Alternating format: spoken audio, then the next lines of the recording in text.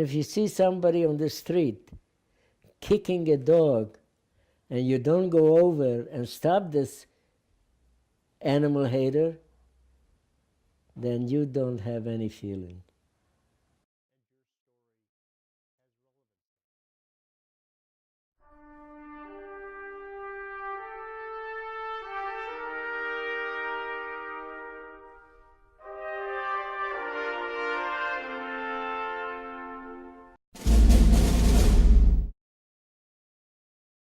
In 1933, Hitler achieved his political takeover of Germany. His aggressive foreign policies were heinous, leading to the bloodiest global war in history. On September 1st, 1939, Adolf Hitler began his invasion of Poland. 2 days later, on September 3rd, Britain and France responded by declaring war on Germany, thus beginning the conflict between the Allied and Axis powers known as World War II, a war that would affect all of mankind.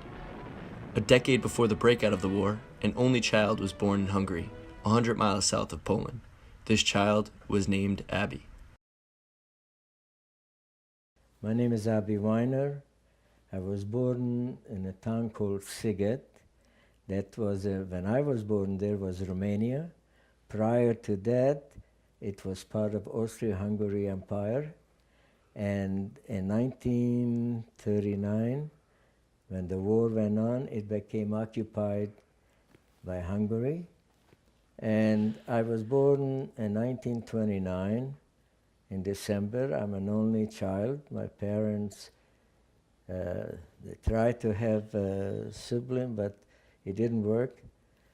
And my father was a merchant of leather goods, and we had a small tannery.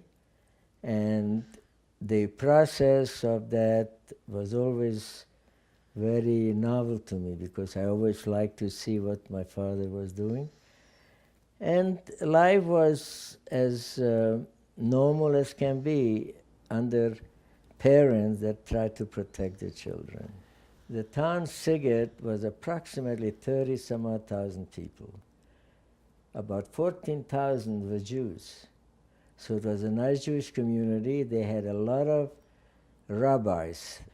I had one grandmother who lived with my father's mother, who lived in our house until she passed away. She was a widow. And I had my other one, my mother's parents. They lived in a town called Felsőviső. I had a lot of social friends, but the family was our main thing that held us together. But tragedy was soon to strike. Abby was just 15 years old when the Germans took over Hungary and installed the Hungarian regime. So what they did, they consolidated a section, emptied out the houses, and put them into other living quarters, and they brought in people. But nobody expected what was going to happen. Till later on, they made an edict that all the Jews from this part of town to the other will be put into the ghetto. Eventually, they succeeded.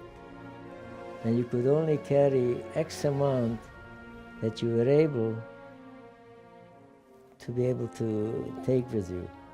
So you needed utensils and needed some extra clothes and things like that. The wind-up was that as it got seriously more, you find out later how the manufacturing of the killing machine in Germany became more up to date. They transported more people out of town. And 1944, just before Passover, there was a regulation that after Pesach, everybody will be put into the ghetto. Now there was a panic at the time because they knew nobody was going to come back. At least they didn't see anybody come back. The Hungarian arrowheads, they were like the Gestapo, the SS. They were assisting the police, and they were in charge of everything. And prior to going out, you couldn't go out after that. There was a regulation. Then they issued a regulation you have to put on a star.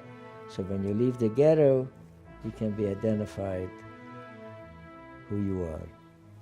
And that became really the thing that started to think in the unknown, what's going to happen to us. Abby, his family, and the last of the villagers of Sighet are assigned a rendezvous location. Here, they will be organized and loaded into tightly packed trains. A single bucket is handed out per railroad car for the passengers to relieve themselves. On the train, most of the time, you were one next to each other. You couldn't even move. And before you turn around, whatever ration food you had is disappearing, and your people are eating it up. And then you come through a town, you look outside the window, and you see it's in Czech, Czechoslovakian language. So we knew where we were going. We were going east. And then before you know it, a couple of days later, then we see in Polish. So we knew we were going east. And the thing was that every time the train had to stop to fill water for the engines, they opened up and the SS were saying, I'm giving you a warning. Anybody that has any jewelry on you, I'm going to put a bucket here, and you better put it in there, or else you're going to get shot. We arrived in a town, and we didn't know it was around 10, 11 o'clock at night, and we are in the wagon. We thought they were going to open it up. They waited till about 3 in the morning. Birkenau, otherwise known as Auschwitz Camp II, was one of the major concentration and extermination camps in Poland. Birkenau was established on October 8, 1941, and it was primarily used for mass murdering Jews. We finally get out, and you leave your suitcase there. Don't touch it. Put your name on it. Don't touch it. So the event we saw, we started to line up men and women. Later on, you found out, speaking to people who were there, that the women that went to the left, or the guys, or the old people, they were eliminated the same night they arrived. That's why you don't have their names on a list. My mother, my other relatives, any woman or children or anything, that they were exterminated, that same thing, they didn't need a list. So I'm holding on to my father, and he's holding on to me, and there were some in the prisoner garb already, in the uniforms. And they said, that's Yiddish, you speak Jewish? Yes, so some people said yes, some asked in other languages. So I distinctly remember, he says to me, how old are you? I says, I'm going to be 15. He said, no, so gut nicht, du bist 17 years old, you're 17 years old. I says, okay. And my father was 52 at the time. No, you're 45. Sure enough, you go through the routine, you come up front, these guys with the polished boots and the baton, left, right, left. And there were some people there who were there a number of years. And they said, why did you let yourself be, didn't you know what was going on? And some people said no, and the other one said, der Oberster, God will help. That's when this guy who was there, must have been a number of years, he says, you see that smoke down there? That's how you're going to go to God. Nobody understood. Because not everybody heard about mass murder. We knew about shooting. You were smelling the odor, and it took a number of hours.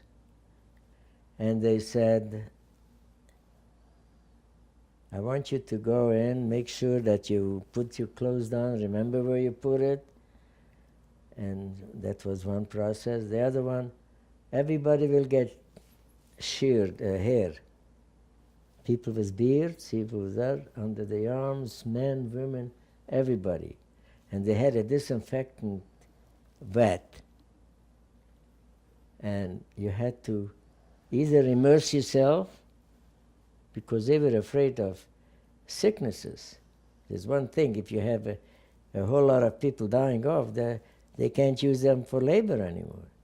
So they made sure that all of these things is only the strong, able-bodied one. And eventually, we went through the process. And then there was lectures.